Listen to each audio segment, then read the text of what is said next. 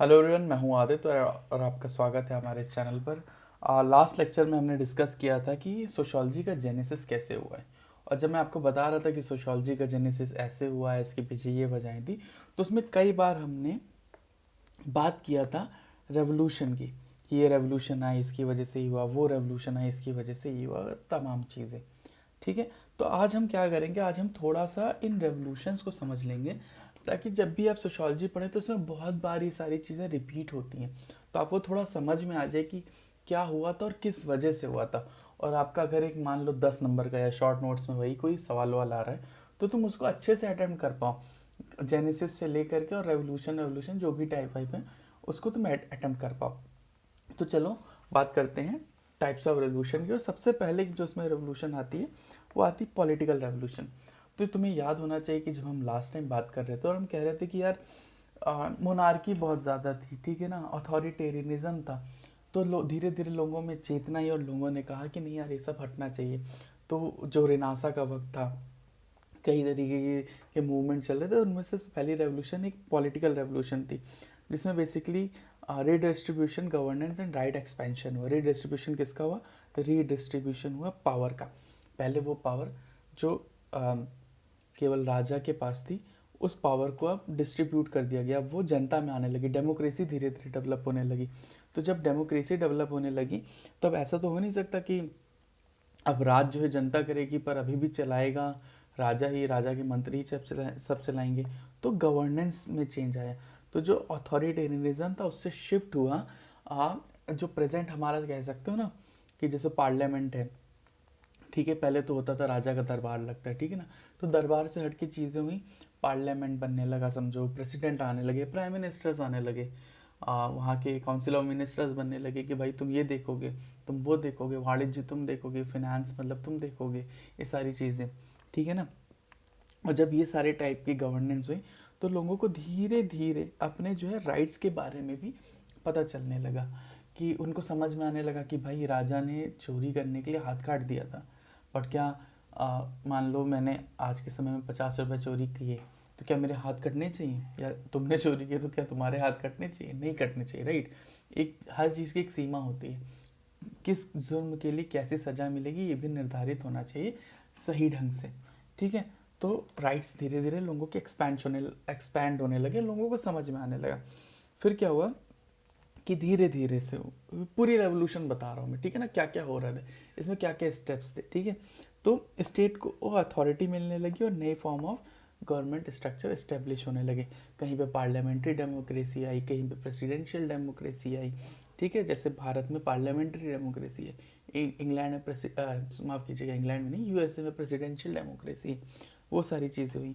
और जो ट्रेडिशनल तरीके थे, ठीक है ना, जो ट्रेडिशनल तरीके थे बेसिकली राज और काज के, वो बदले और नए नए तरीके आए। और इसी के साथ साथ सिविल राइट्स में एक्सपेंशन हुआ। जब ये सारी गवर्नमेंट आई, तो उन्होंने नए नए तरीके के चार्टर निकाले कि भाई तुम, अब राजा चला गया, तुम राजा नहीं, जो भी प्रजा, प्रजा ही राजा है। और अब तुम जो कुछ भी है सरकार को, उसकी कमियां गिना सकते हो, कुछ भी मन करे बोल सकते हो, तुमको एक फ्रीडम ऑफ एक्सप्रेशन है तुम्हारे पास, तुम पॉलिटिकल पार्टिसिपेशन कर सकते हो। तो ये कुल मिलाकर के ये सारी चीज़ें हुई पॉलिटिकल रेवोल्यूशन में।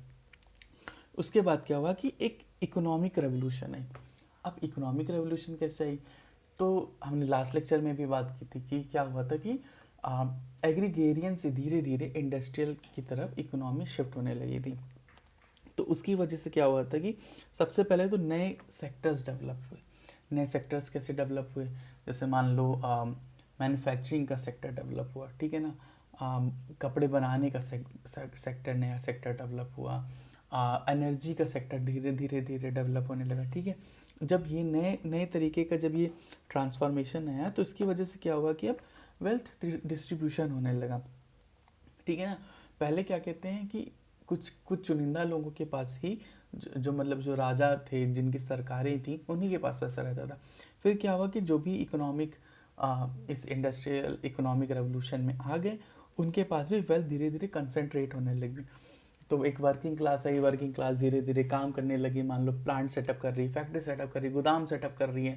जैसे हम पढ़ते हैं ना, पुर्तगाल कब आ गए थे और यहाँ पे फैक्ट्री सेटअप कर रहे थे, तो ये सारी चीज़ें चलने लगी। पर जैसे कंपनियां बढ़ने लगी, इंडस्ट्रियलाइजेशन होने लगा, वैसे वैसे इंक्रीज इनइक्वालिटी होने लगी। क्यों होने लगी? कोई अमीर है, कोई बहुत गरीब है, किसी के पास वेल्थ एक्यूमुलेट हो रही है, होती जा रही है। मार्क्स यही तो कहते हैं ना कि ये कैपिटलिज्म क्यों खराब है, यही सारी बातें तो करते हैं ना मार्क्स। हम आगे पढ़ेंगे मार्क्स के बारे में, तो मार्क्स की बातें इन्हीं से जुड़ी हुई रहती हैं। तो ये सारी चीज़ें होने लगी। फिर इसकी वजह से भी ये हुआ कि जब इनइक्वालिटी बढ़ी, समझो, तो लोगों को समझ में आया, यार जो लेबर हूँ मैं, मान लो मैं काम कर रहा हूँ किसी के लिए, अब उसकी फैक्ट्री में जा रहा हूँ, ऐसा तो नहीं मैं 24 के 24 घंटे केवल उसके लिए काम करूँगा, वो अंत में मुझे केवल खाना दे दे दिन का।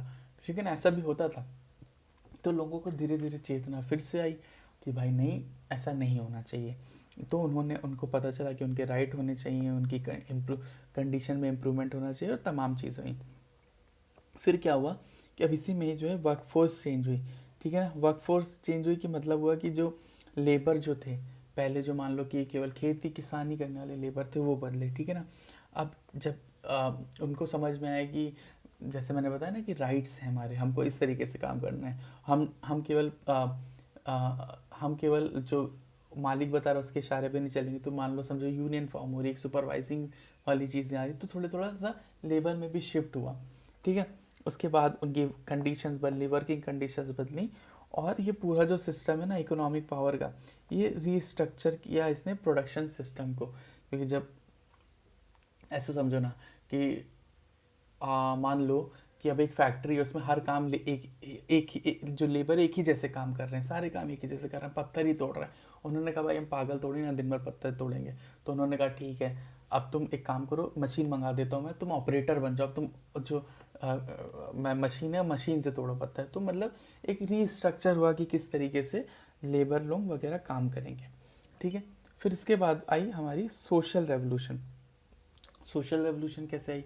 अब देखो हम पढ़ रहे हैं कि पॉलिटिकल रेवोल्यूशन आ रही सबसे पहले। ठीक है ना, पॉलिटिक्स चेंज हुई, पॉलिटी चेंज हुई, लोगों को कैसे राजकाज किया जाता था वो बदला। जब वो बदला, उसकी वजह से एग्रीकेरियन से इंडस्ट्रियल शिफ्ट हुआ। ठीक है ना, जब इंडस्ट्रियल शिफ्ट हुआ तो एक धीरे धीरे क्लास डेवलप होने लगी। जब क्लास डेवलप होने लगी तो जो नॉर्मल जो वहाँ के एलिट्स थे, उनके सामने भी एक तरीके की क्लास खड़ी हो गई। जब एक तरीके की क्लास खड़ी हो गई तो नॉर्मेटिव चेंज आने लगे। नॉर्मेटिव मतलब जो पॉपुलर नॉर्म्स चल रहे थे। मतलब होता था कि जो मान लो राजा की परिवार से जुड़े लोग हैं, केवल वही बड़े आदमी हैं। अब इंडस्ट्रियलाइजेशन हो गया है, लोगों के पास पैसा आ गया है, लोग अपने मन मर्जी से सब चीज़ें कर रहे हैं। तो जो रेगुलर नॉर्म्स थे कि अब बस इस ट्रेन में मान लो कि अब राजा का परिवार ही ट्रैवल करेगा, या इस सड़क पे केवल राजा का परिवार ही ट्रैवल करेगा, ये सारी चीज़ें हटने लगी, नए नए नॉर्म्स बदलने लगे, लोग इक्वालिटी और सोशल जस्टिस की बात करने लगे। ठीक है। राजा का जब हटा, ठीक है ना, तो राजा के उसमें हम लोग ने बात करी थी कि प्रजा, कई राजा तो बहुत बुरी तरीके से रखते थे। ठीक है। फिर मान लो जब सरकारें आई और जब कैपिटलिज्म बढ़ा, तो सब ने कहा कि यार मजदूरों को बहुत बड़े उससे रखते हो। तो कोई ना कोई तरीके से लोग सोशल जस्टिस की बात करने लगे। और जब सोशल जस्टिस की लोग बात करने लगते हैं, तो जैसे मान लो कि भारत का एग्जाम्पल ले लो। अब इंडिपेंडेंस के लिए लोग बात कर रहे थे, तो किसी एक ने कहा, फिर दूसरे ने कहा, फिर तीसरे ने कहा। अब ये सब मिलकर के कई लोग एक ही जैसी बात करने लगे कि भाई हमको आज़ादी चाहिए, और ये हो गई इनकी कलेक्टिव आइडेंटिटी। तो जो आपका, आप जिस चीज़ के लिए आवाज़ लगा रहे हो, जो आपका मतलब नारा है, झंडा बुलंद जिस चीज़ के लिए कर रहे हो, तो एक तरीके से बेसिकली कलेक्टिव आइडेंटिटी में बदलने लगा, और यहीं से सोशल रेवोल्यूशन की स्टार्टिंग हो गई। और सोशल रेवोल्यूशन का एक पार्ट होता है आइडेंटिटी, जो कि बेसिकली कह दो कि कलेक्टिव आइडेंटिटी का हिस्सा होता है, जिसमें हो गया मोबिलाइजेशन, कि सब साथ आ रहे हैं, मार्जिनलाइज ग्रुप साथ में आने लगे। ठीक है ना, उनकी एक आइडियोलॉजिकल बॉन्डिंग हो गई। हाँ भाई, तुम अंबेडकर की फिलॉसफी को सपोर्ट करते हो, तुम करते हो, और तुम मेरे साथ। तो अब हमारा एक आइडियोलॉजिकल बन गया। ठीक है ना, तुम क्या कहते हैं, तुम कैपिटलिस्ट विचारधारा के हो, तुम सोशलिस्ट विचारधारा के हो, तो सबकी विचारधारा एक अलग अलग होने लगी, उनका एक कंसोलिडेशन होने लगा। और इस वजह से अब क्या हुआ कि जैसे मान लो कि 5 लोग हैं, उनकी इंडस्ट्री है, अब उनके सामने 50,000 वर्कर हैं, उन्होंने अपनी कम्युनिटी बना ली, और क्या कहते हैं, उन्होंने अपने राइट्स मांगने लगे। तो पहले तो बहुत दबे कुचले थे, मान लो बिल्कुल स्लेव की तरह रखा जाता था उन्हें। अब धीरे धीरे क्या हुआ कि उनको भी समझ में आया कि हमको हमारे भी कुछ हक हैं, हमको भी अपना मोबिलाइजेशन करना चाहिए, हमको भी अपनी आइडियोलॉजिकल स्ट्रेंथिंग करनी चाहिए। उसकी वजह से क्या हुआ, सामने खड़े हो गए कि भाई हम 50 हैं, तुम 5 को देख लो क्या करना है। तो उन्होंने कहा ठीक है, अब सोशल रीऑर्डरिंग होने लगी इन सारी रेवोल्यूशन की वजह से, थोड़ा थोड़ा उन्हें हिस्सेदारी मिलने लगी, ये सारी चीज़ें सोशल रेवोल्यूशन होने लगी। फिर बात करते हैं कमर्शियल रेवोल्यूशन की। कमर्शियल रेवोल्यूशन और जो हमारा इकोनॉमिक रेवोल्यूशन है, कुछ हद तक मैच भी कर सकता है, कुछ हद तक नहीं भी कर सकता है, बहुत ही कंफ्यूजिंग और एक जैसा है, एक दूसरे की चीज़ें कई बार तुम एक दूसरे में लिख भी सकते हो, बट कोशिश करो कि थोड़ा अलग ही अलग पढ़ो, ठीक है। तो जैसे मान लो, समझो मैंने बताया था कि पुर्तगाली आने लगे, तो क्या हुआ कि ट्रेड एक्सपैंड करने लगा, एक देश से लोग दूसरे देश पे जाने लगे। तो समझो इंडिया का एग्जाम्पल लो, आप सबसे पहले पुर्तगाली आए, ठीक है ना, ग्लोबल ट्रेड बढ़ने लगा, कहाँ से घूम के आए सोच रहे हो, पूरा नीचे अमेरिका से नीचे होते हुए कैसे कैसे गोल गोल घूम के आ रहे हो, ठीक है ना। अब वो आए, अब वो क्या करते हैं, जब वो इंडिया आया ट्रेड करने, तो कुछ नई तरीके की प्रैक्टिसेस लेकर के आए। शुरुआत में तो मान लो कि केवल मसाले ही ले खरीद के लेके जा रहे थे, फिर उन्होंने कहा कि इसमें भी कुछ इनोवेशन लाओ, ठीक है ना, हम गोदाम बनाएंगे, ठीक है, हम एक अपना लॉजिस्टिक बनाएंगे, कुछ उस तरीके की वो करने लगे। अब जैसे मान लो वास्को द गामा का एग्जाम्पल ले लो, ठीक है। अब जब वो आया, तो पहले वो कहीं एक आदमी से ले लेता था, अब उस किसी आदमी ने देखा कि भाई ये वास्को द गामा तो बहुत मस्त मस्त मसाले खरीद के जा रहा है, पैसा बढ़िया दे रहा है, तो मैं भी बेचना चालू कर देता हूँ। तो 5 आदमी आगे बेचने, ठीक है ना, 10 आदमी आगे, बढ़ गए आदमी, तो एक मर्चेंट की क्लास डेवलप हो गई। तो यहीं से जो सेठ साहूकार की हम बात करते हैं ना, तो यहीं से वो डेवलप होने लगी क्लास, ठीक है। अब जब ये नई क्लास डेवलप हो रही है, मर्चेंट क्लास, तो इसकी वजह से अगेन नई वेल्थ जनरेट हो रही है, जिसकी वजह से कैपिटलिज्म बढ़ रहा है। अब साहूकार के पास बहुत पैसा आ गया है, ठीक है ना, उसके पास पैसा बढ़ता ही जा रहा है, बढ़ता ही जा रहा है, अब उसने लेबर रख रखे हैं, ठीक है। वापस से इनक्वालिटी वाली बात आ रही है, अब उनका काम है केवल बुरिया उठाना, उसके लिए जाते हैं जंगल से तोड़ते हैं, खेत से तोड़ते हैं, मसाले ला करके रखते हैं बोरिया में लाद लाद करके, पर साहूकार के पास से तो पैसा आ रहा है, लेबर को तो केवल दिहाड़ी मिल रही है, ठीक है। तो यहाँ से ग्रोथ ऑफ कैपिटलिज्म होने लगा। फिर मार्केट इंटीग्रेशन होने लगा। मार्केट इंटीग्रेशन कैसे होने लगा, तुम ऐसे समझो ना, पुर्तगाल से सामान आया, उसने भारत में सामान खरीदा, और यूरोप में कहीं और जा करके, फ्रांस में, या मान लो अमेरिका में, ब्राज़ील में कहीं जा करके उसने बेच दिया, तो कई सारी मार्केट एक साथ इंटीग्रेट हो गई। तो ये भी एक तरीके की रेवोल्यूशन हुई, जिससे हम कहते हैं कमर्शियल रेवोल्यूशन। इकोनॉमिक रेवोल्यूशन कि समझो कि कैसे कैसे लोगों का व्यापार बदला और किस तरीके का व्यापार हुआ, वो समझो कमर्शियल रेवोल्यूशन, ठीक है। और अंत में आती है हमारी most important, thought provoking intellectual revolution. तो इंटेलेक्चुअल रेवोल्यूशन जब जो सारी चीज़ें पीछे हो रही थी, ठीक है ना, इसमें कोई ना कोई तो अंत में जो है कुछ ना कुछ एविल तो निकल ही रही थी, जिसके खिलाफ लोग आवाज़ उठा रहे थे।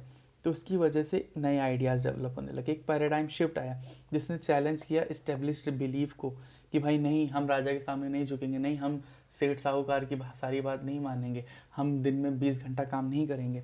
ये सारी चीज़ें आने लगी और लोगों ने आवाज़ उठानी चालू करी, जिसकी वजह से एक सोशल अवेकनिंग हुई। जैसे एग्जांपल दे रहा था कि इंडिया के इंडिपेंडेंस का, वैसे एक अवेकनिंग हुई, लोगों ने कहा कि नहीं, हमको तो जस्टिस चाहिए, आप ये सिस्टमैटिक इनजस्टिस हमारी सोसाइटी में फैला रहे हो, ऐसा नहीं हो सकता, ठीक है ना।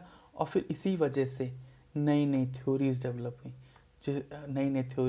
हुई, और एक नया नया व्यू आने लगा कि भाई ऐसे होना चाहिए, ऐसे नहीं हो सकता, मतलब जैसे मार्क्स का व्यू आ गया, ठीक है ना, फिर मार्क्स के व्यूज़ आगे बढ़ते गए, एमाइल डर्कहाइम का एक व्यू आया, ठीक है ना, सोसाइटी को लेकर के। तो सोसाइटी को लेकर के कई तरीके के व्यूज़ आने लगे, और इससे कह सकते हैं कि एक इंटेलेक्चुअल रेवोल्यूशन होने लगा।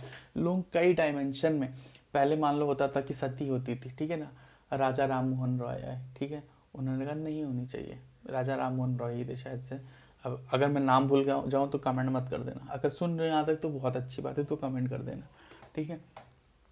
तो मान लो कि उन्होंने कहा नहीं नहीं, ये तो गलत है, यानी क्यों गलत है, ये तो होता आ रहा है, नहीं नहीं, होता आ रहा होगा, बट हर होती हुई आ रही चीज़ जो है सही नहीं होती।